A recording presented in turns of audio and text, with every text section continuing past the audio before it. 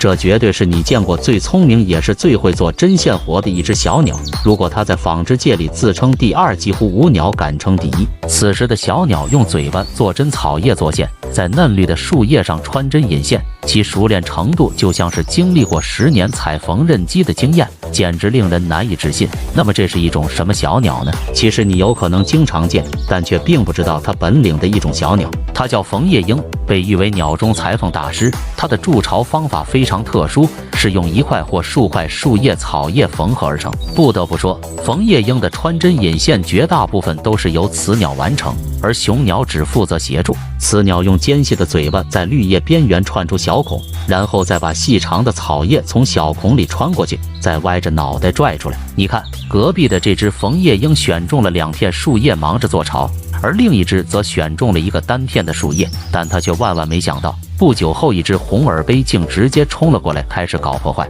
由此看来，缝叶鹰显然进入了红耳杯的领地。在这个寸土寸金的地方，小小的缝叶鹰也只能另外再去寻找筑巢地了。不难看出，眼前的这只缝叶鹰缝合树叶其实另有目的。众所周知，绝大部分的鸟类在筑巢的时候都是头顶空空，如果遇到风雨，鸟妈妈只能靠自己的身体抵御。此时雌鸟的鸟巢在树叶下基本已经搭建完成，缝叶鹰把鸟巢上面的树叶缝合在了一起，其目的肯定是给将来的鸟宝宝制作一个用来遮蔽风雨、阻挡烈日的凉棚。隔壁这只大功告成的缝叶鹰妈妈幸福的上下摇晃，此时她正享受自己提前辛苦得到的回报。她选择一片叶子缝合搭建鸟巢，不但可以节省体力，而且还节省了许多建筑材料。这只缝叶鹰妈妈已经孵化出了鸟宝宝，母子2鸟舒服地趴在窝里，根本不用担心雨水的困扰。但单片叶子的鸟巢牢不牢固，看来也只有经历过10级的大风才能检测出鸟妈妈有没有偷工减料。